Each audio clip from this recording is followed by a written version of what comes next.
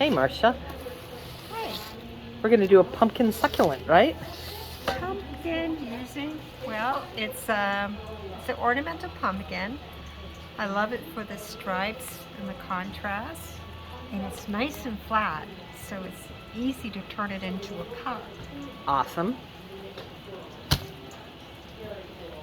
I'm excited. So we My knife has disappeared. Here it is. Oh, it's under. Okay. It was hiding. So we've got the ornamental pumpkin, and we picked out a couple of some small 2-inch. These are like 2-inch, 2.5-inch succulents. That we're going to put together.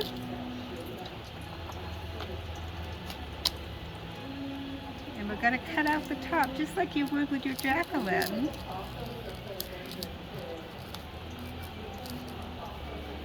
You got to dig a little. I think last time I made a mark, which, you know, with some, that might help. Yeah, like draw a line on it and then follow it. Yes, right. That might make it a little bit easier, so you're not just I love all the different textures with the succulents. Well, I think that's what people like about textures, the succulents. Besides, there's something you can kind of just neglect for a while. Yep. That's the right plant for me. But you need the sun. A lot of people make the mistake of not placing it in a location where it's getting a lot of sun. They are sun loving. And when it is not getting enough sun, sometimes the plant will start stretching and reaching for the sun and lose its shape. That's interesting. I didn't know that. Yeah. So you want to always keep it in a sunny-ish location. Yep. Maybe near a window. Great. We're just going to scoop it out. Just like you do a regular jack-o'-lantern.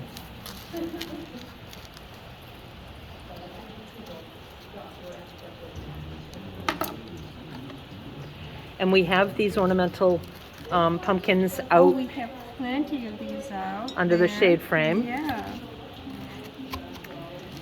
And we certainly have plenty of the 2-inch succulents as well. This is a great rainy day thing to do. Yeah, this is, you could do it with something smaller and maybe just use one succulent with one of the littles. As I said before, I love this because it has such a nice flat bottom. I left my radio on there during the video. Sorry about that, guys. I'm just going to fill it with some soil. Won't need a lot of soil because there's plenty of soil around the plants.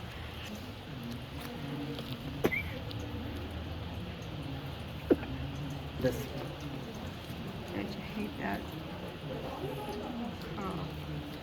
So we just tucked one of them in. And I'm just filling it around just to kind of secure it.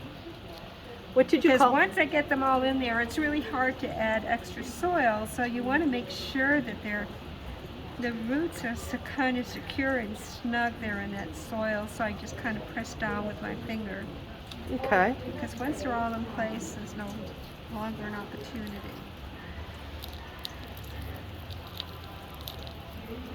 This probably won't need to be watered because of the moisture. That's already in the soil? It's, well, from the pumpkin. Oh, from the pump? Oh, look at that. That's interesting. And it's more or less, it's not really long term. It's something great for like either for the holidays. Thanksgiving makes a great little centerpiece. Actually, this one could use a little bit of water.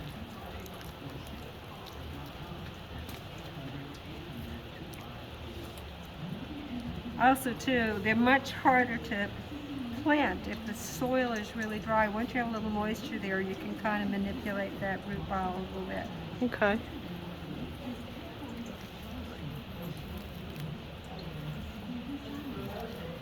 And you've just been tucking a little extra soil in as you go along. This one I think I might want to tuck down a little bit. This one doesn't have much of a root system, as you can see. Nope. Does it need a large root system, Marsha?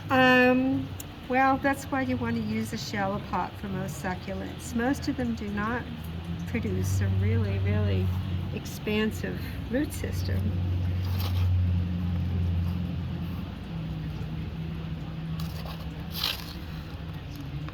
And they're much happier in a shallower pot where they can just spread and multiply that way. I mean, they do get larger, much larger over time, but if they're in a small pot, they're going to grow a little bit more slowly, but they're still going to grow. What's nice about, like, you could use like a sempervierum, which people call a hens and chick, because it gets a lot of smaller multiples around the outside and it kind of spreads that way.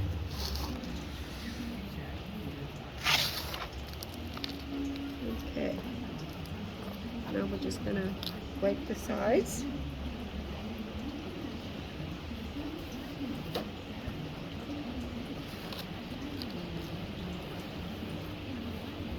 Yeah, I really like the way that tiger draws, which is also called a Faracaria. It just has such a great gnarly look to it. It does. It looks like it's got little teeth. Yeah, and I like to choose ones that have different tones. Like this is gray, this has a bit of great lavender. Some have more pink, and then something that's kind of green. That way you have a really nice contrast and it adds interest to it. Or you could just do one and have it fill out the pot. There are larger sizes.